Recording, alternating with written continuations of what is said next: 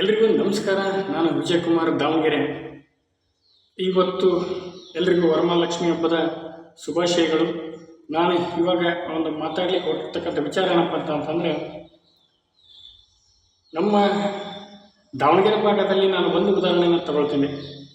ಸರಿಸುಮಾರು 350ರಿಂದ ಹತ್ತತ್ರ 500 ತನಕ ಶಾಲಾ ಬಸ್ಗಳು ದಿನ ಬೆಳಗ್ಗೆ ಮತ್ತು ಸಂಜೆ ಸಂಚರಿಸ್ತವೆ.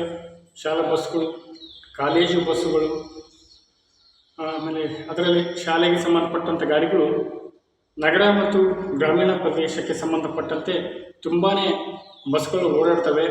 ಈ ಸಂದರ್ಭದಲ್ಲಿ ಒಂದು ಏನಪ್ಪ ಅಂದರೆ, ಎಲ್ಲ ಬಸ್ ಚಾಲಕರ ಮೇಲೆ ಒಂದು ಭಾಳ ದೊಡ್ಡ ಜವಾಬ್ದಾರಿ ಇರುತ್ತೆ. ಆ ಮಗು ಮನೆಯಿಂದ ಹೇಗೆ ಬಂತು ಸಂಜೆ ಅದೇ ಸುರಕ್ಷಿತವಾಗಿ ಶಾಲೆಗೆ ತಲುಪಬೇಕು, ಶಾಲೆಯಿಂದ ಮತ್ತೆ ಮನೆಗೆ ಹೋಗ್ತಕ್ಕಂಥ ಒಂದು ದೊಡ್ಡ ಜವಾಬ್ದಾರಿ ಇರುತ್ತೆ.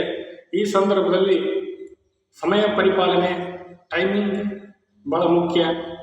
ಆ ಒಂದು ಗಮನದಲ್ಲಿಟ್ಕೊಂಡು ಬಸ್ ಚಾಲಕರು ಬಸ್ಸನ್ನು ಓಡಿಸ್ತಾ ಇರ್ತಾರೆ, ಸಮಯಕ್ಕೆ ಸರಿಯಾಗಿ ಮಕ್ಕಳನ್ನು ಶಾಲೆಗೆ ತಲುಪಿಸ್ತಾ ಇರ್ತಾರೆ. ಈ ಥರ ಮಧ್ಯೆ ನಾವು ಒಂದು ಹೇಳಕ್ಕೆ ಇಷ್ಟಪಡ್ತೀನಿ, ಪೋಷಕರಿಗೆ ಮತ್ತು ಸಾರ್ವಜನಿಕರಿಗೆ ಏನು ಹೇಳಕ್ಕೆ ಇಷ್ಟಪಡ್ತೀವಿ ಅಂತಂದರೆ, ಶಾಲಾ ಬಸ್ಗಳನ್ನು ಓಡಿಸ್ಬೇಕಾದ್ರೆ ಈ ಗ್ರಾಮೀಣ ಪ್ರದೇಶಗಳಲ್ಲಿ ಬಹುತೇಕ ಏನು ಪೋಷಕರಿಗೆ ನಮ್ಮ ಮನೆ ಹತ್ರನೇ ಬಂದು ಮಗು ಪಿಕಪ್ ಮಾಡಬೇಕು. ನಮ್ಮ ಮನೆ ಹತ್ರ ಚಿಕ್ಕದಾಗಲಿ ದೊಡ್ಡದಾಗಲಿ ನಾವು ಫೀಸ್ ಕಟ್ತೀವಪ್ಪ, ನಮ್ಮ ಮನೆ ಹತ್ರನೇ ಬಂದು ನೀನು ಗಾಡಿಯನ್ನು ನಿಲ್ಲಿಸಿ ಹಸ್ಕೊಂಡು ಹೋಗೋಂಥ ಒಂದು ಕಂಡೀಷನನ್ನು ಹಾಕ್ತಾರೆ. ಈ ಸಂದರ್ಭದಲ್ಲಿ ಮ್ಯಾನೇಜ್ಮೆಂಟ್ ಮತ್ತು ಪೋಷಕರ ನಡುವೆ ಇಕ್ಕಟ್ಟಿನ ಸಂದರ್ಭದಲ್ಲಿ ಸಿಕ್ಕತಕ್ಕಂಥ ಡ್ರೈವರ್ ಏನು ಮಾಡ್ತಾನೆ, ಅನಿವಾರ್ಯವಾಗಿ ಆ ಪಾಯಿಂಟ್ಗೆ ಹೋಗ್ತಾನೆ.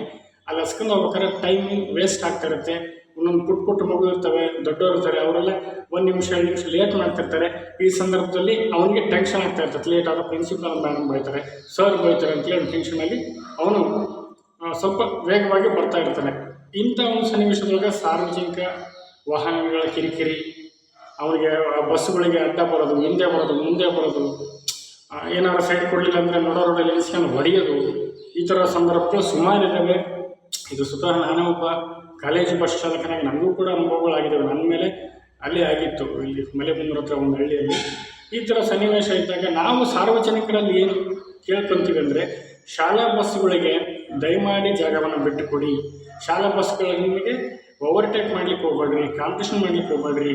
ಸೈಡ್ ಕೊಟ್ಟು ಆ ಮಕ್ಕಳು, ಅದರಲ್ಲಿರ್ತಕ್ಕಂಥ ಮಕ್ಕಳು ನಮ್ಮ ಮಕ್ಕಳು ಅಂತೇಳಿ ಭಾವಿಸ್ಬಿಟ್ಟು ಆ ಶಾಲಾ ಬಸ್ಗಳಿಗೆ, ಕಾಲೇಜು ಬಸ್ಗಳಿಗೆ ಜಾಗವನ್ನು ಬಿಟ್ಟುಕೊಟ್ಟು ಅದು ಮುಂದೆ ಪಾಸ್ ಮಾಡಿ ಅಂತೇಳಿ ನಾನು ಎಲ್ಲ ಸಾರ್ವಜನಿಕ ಬಂಧುಗಳಿಗೆ ಭಕ್ತಿಪೂರ್ವಕವಾಗಿ ನಾನು ಬೇಡ್ಕೊಳ್ತೀನಿ. ಅದೇ ರೀತಿಯಾಗಿ ಪೋಷಕರು ತಮ್ಮ ಮಕ್ಕಳನ್ನ 2 ನಿಮಿಷ 3 ನಿಮಿಷ ಬೇಗನೆ ರೆಡಿ ಮಾಡಿಬಿಟ್ಟು ಬಸ್ ಬರುವಷ್ಟೊತ್ತಿಗೆ ನಿಮ್ಮ ಮಗು ಆ ಒಂದು ಪಿಕಪ್ ಪಾಯಿಂಟಲ್ಲಿ ನಿಲ್ಲಿಸೋ ರೀತಿ ನಾವು ನೋಡ್ಕೊಳ್ರಿ.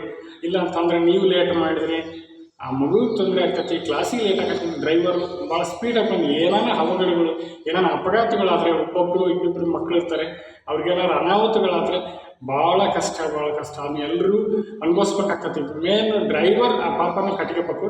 ಆ ಉದ್ದೇಶಕ್ಕಾಗಿ ನಾನು ಹೇಳ್ತೀನಿ, ಎಲ್ಲ ನಾನು ಸಾರ್ವಜನಿಕರು ಶಾಲಾ ಬಸ್ಗಳಿಗೆ, ಕಾಲೇಜು ಬಸ್ಗಳಿಗೆ ದಾರಿಯನ್ನು ಮಾಡಿಕೊಡಿ. ಆಂಬುಲೆನ್ಸ್ ಬಂದರೆ ಎಂಥರೂ ಸರ್ಕಂತೀರ, ಗಾಡಿನ ಪಾಸ್ ಮಾಡಿಕೊಟ್ಬಿಡ್ತೀರ, ಮುಂದಿನ ಟ್ರಾಫಿಕ್ಕನ್ನು ಕ್ಲಿಯರ್ ಮಾಡ್ತೀರಾ.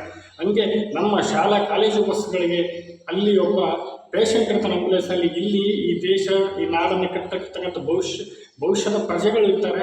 ದಯವಿಟ್ಟು ತಾವೆಲ್ಲ ಅರ್ಥ ಮಾಡಿಕೊಂಡು ನಮ್ಮ ಶಾಲಾ ಬಸ್ಗಳಿಗೆ ಜಾಗವನ್ನು ಮಾಡಿಕೊಡಿ. ಶಾಲಾ ಬಸ್ಗಳನ್ನು ಪಾಸ್ ಮಾಡಿ. ಯಾವುದೇ ಕಾರಣಕ್ಕೂ ಡ್ರೈವರ್ಗಳನ್ನ ನಡೋರಲ್ಲಿ ನಿಲ್ಲಿಸಿ ಸಾರ್ವಜನಿಕವಾಗಿ ಅಮಾನುಷವಾಗಿ ಹೊಡೆಯೋದನ್ನು ಬಿಡಿ. ಯಾರು ಬೇಕಾದ ಅಪಘಾತಗಳನ್ನು ಮಾಡೋದಿಲ್ಲ. ಸಮಯ ಸನ್ನಿವೇಶಗಳು ಆಗಿರ್ತವೆ.